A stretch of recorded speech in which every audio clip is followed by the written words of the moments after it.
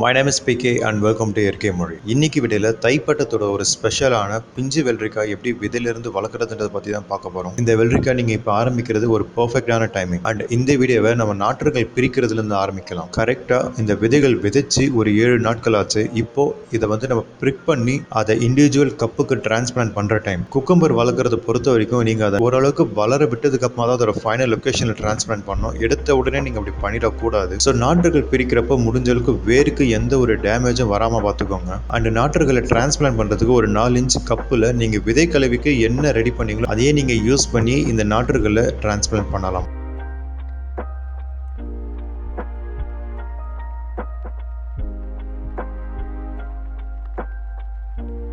And நாற்றுகளை transplant பண்ணுறப்போ அந்த வேர் எந்த அளவுக்கு வளர்ந்துருக்கோ அந்த அளவுக்கு நல்லா ஒரு டீப்பான ஒரு ஹோல் கிரியேட் பண்ணி அதில் அந்த நாற்றுகளை டிரான்ஸ்பிளான்ட் பண்ணுங்கள். ஸோ இந்த மாதிரி பண்ணுறப்போ அந்த வேரோட வளர்ச்சின்றது நல்லா டெவலப் ஆகும். அண்ட் அந்த நாற்றும் நல்லா செழிப்பாக வளர்ந்து வரும். அண்ட் அதுக்கப்புறம் நீங்கள் அதோட ஃபைனல் லொக்கேஷன் டிரான்ஸ்பிளான்ட் பண்ணுறப்போ அந்த செடி நல்லா சிறப்பாக வளர்ந்து வரும். நம்ம நாற்றுகள் மாற்றி வச்சு 7 நாள் கழிச்சிருக்க அப்டேட் இதுதான். அண்ட் கரெக்டாக 12 நாட்கள் கழித்து இதை அதோட ஃபைனல் லொக்கேஷனுக்கு நம்ம டிரான்ஸ்பிளான்ட் பண்ணிடலாம். யூ கேன் சி அந்த நாற்றுகள் நல்லா செழிப்பாகவே வளர்ந்து வந்திருக்கு. அண்ட் கூடவே அதோட டென்ட்ரல்ஸ், அந்த கொடி பரப்புறதுக்கான டென்ட்ரல்ஸும் ரொம்ப ரொம்ப ப்ராப்பராக வளர்ந்து வந்துருக்கு.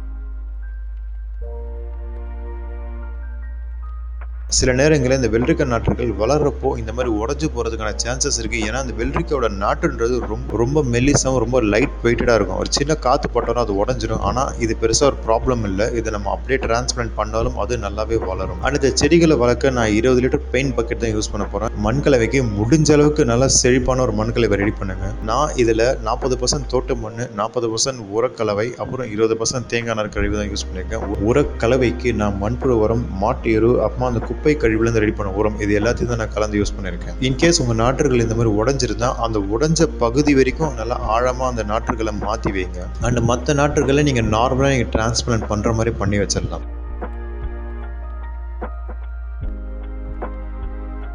நம்ம நாற்றுகள் மாற்றி வச்சதுக்கப்புறம் இருக்க ஃபர்ஸ்ட் அப்டேட்டை பார்த்துடலாம். வெள்ளரிக்காய் செடி பொறுத்த வரைக்கும் எல்லா வெரைட்டியுமே ரொம்ப வேகமாகவே வளரும்.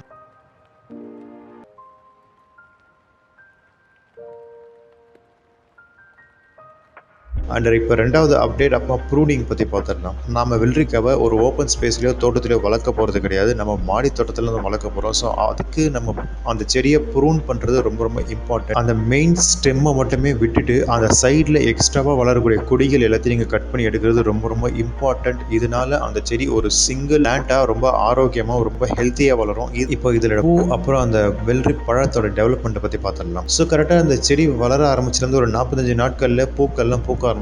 ஆனால் பிகினிங்ல வெறும் அந்த ஆண் மொட்டுக்கள் மட்டும்தான் பூக்கும். அந்த வெள்ளரிக்காய் வளர்றதுக்கான பூக்கள் அந்த மொட்டுக்கள்லாம் உதிரிட்டு கொஞ்ச நாட்கள் கழிச்சு இதுவும் பூக்க ஆரம்பிக்கும்.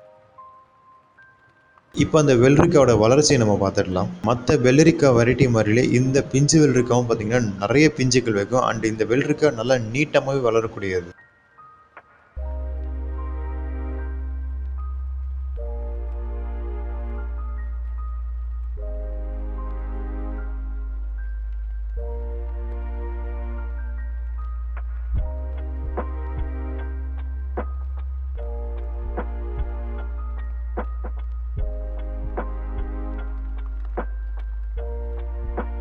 இப்போ நம்ம வளர்க்கக்கூடிய இந்த பிஞ்சு வெள்ளரிக்காய் செடிக்கு என்ன மாதிரி உரம் கொடுக்கறதுன்னு பார்த்துடலாம். வெள்ளரிக்காய் பொறுத்த வரைக்குமே அது ஒரு ஹெவி ஃபீடர், அதாச்சும் அதிகமான சத்துக்களை உறிஞ்சி வளரக்கூடிய ஒரு செடி. ஸோ நம்ம மண்கலவையும் சரி, கொடுக்குற உரமும் சரி, முடிஞ்ச அளவுக்கு நல்லா ரொம்ப செழிப்பாக இருக்க மாதிரி பார்த்துக்கோங்க. நல்லா பிஎஸ் லெவல் அதிகமாக இருக்க மாதிரி ஒரு காம்போஸ்ட் மிக்ஸ் ரெடி பண்ணுங்க. மண்புழு உரமும் மாட்டு எரும் நல்லா கலந்து ஒரு கலவையாக ரெடி பண்ணுங்க. நீங்கள் ரெடி பண்ணுற உரக்கலவை மூலமாக இந்த செடிக்கு அதிகப்படியான ஒரு பெனிஃபிட் கிடைக்கிற மாதிரி பார்த்துக்கோங்க. அண்ட் எப்போவுமே நம்ம செடிக்கு உரம் கொடுத்த உடனே நம்ம அதுக்கான தண்ணி கொடுத்துடணும். அப்படி இல்லைன்னா நம்ம உரம் கொடுத்ததுக்கு அர்த்தமே இல்லாமல் போயிடும். அண்ட் இப்போ நம்ம இந்த பிஞ்சு வெள்ளரிக்காயோட முதல் அறுவடை பார்த்துடலாம்.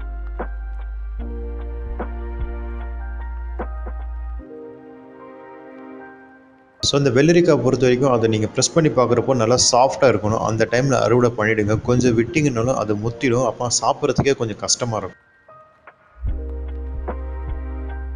அடுத்து 2வது அறுவடையை பார்த்துடலாம். இந்த வெள்ளரிக்காய் நீட்டமா மட்டும் தான் வளரும் கிடையாது. அது ஒரு டைம் ஒரு ஷேப்ல மாறிக்கிட்டே இருக்கும். ஜஸ்ட் அதோட கிராவிடேஷனல் ஃபோர்ஸ்க்கு ஏத்த மாரி அதோட ஷேப்ன்றது மாறும். அதெல்லாம் ஒரு ப்ராப்ளமே கிடையாது. அண்ட் வெள்ளரிக்காய் செடியை பொறுத்தவரைக்கும் நீங்க அறுவடை எடுத்துட்டே இருந்தீங்கன்னா மட்டும் தான் அந்த செடி மேலும் மேலும் அதிகமான அந்த வெள்ளரிக்காய் ப்ரொடக்ஷன் பண்ணிக்கிட்டே இருக்கும். நீங்க அறுவடை எடுக்கிறத நிறுத்திட்டீங்கன்னா அது அதிகமான வெள்ளரிக்காய் ப்ரொடியூஸ் பண்ணாது. ஸோ டைம் டிலே பண்ணாம ஒன்ஸ் ரெடி ஆயிடுச்சுன்னா உடனே அறுவடை பண்ணிடுங்க.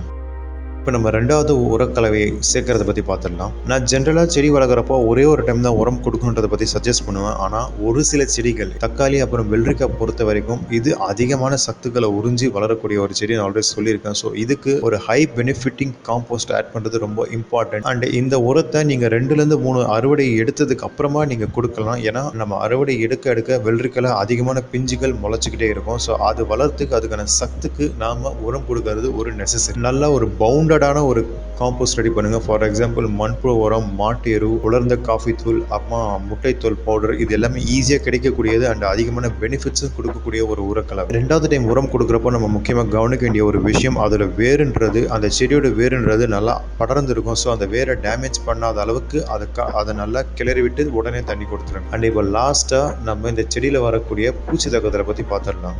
ஸோ வெள்ளரிக்காய் செடி பொறுத்த வரைக்கும் காமனாக 2 பிரச்சனை வளரும். ஒன்று அந்த இலைகளை சாப்பிட்டு அதிகமாக முட்டையிடக்கூடிய அந்த ஒரு புழு தாக்குதல், அப்புறமா இந்த பவுடரி மில்டியூன்னு சொல்லப்படக்கூடிய இந்த வெள்ளை கலர்ல ஒரு செடியே வெளுத்து போன மாதிரி ஒரு படிஞ்ச மாதிரி ஒரு நோய் தாக்குதல் ஒன்று வரும். அண்ட் இந்த மாதிரி தாக்குதல் நியூட்ரிஷன் டெஃபிஷியன்சி மூலமா வரும். அப்படி இல்லைன்னா நம்ம அந்த செடியை சரியாக கவனிக்காம விடுறதுனால வரக்கூடிய பூச்சி தாக்குதல் தான் இது. இதை நம்ம வேப்ப எண்ணெய் கரைசல் மூலமா கண்ட்ரோல் பண்ணிடலாம். அண்ட் செகண்டா இந்த மாதிரி பிஞ்சுகள் கருகி போறதோ இல்லை வெடிஞ்சு போறதோ இந்த மாதிரியான பிரச்சனைகள் வரும்.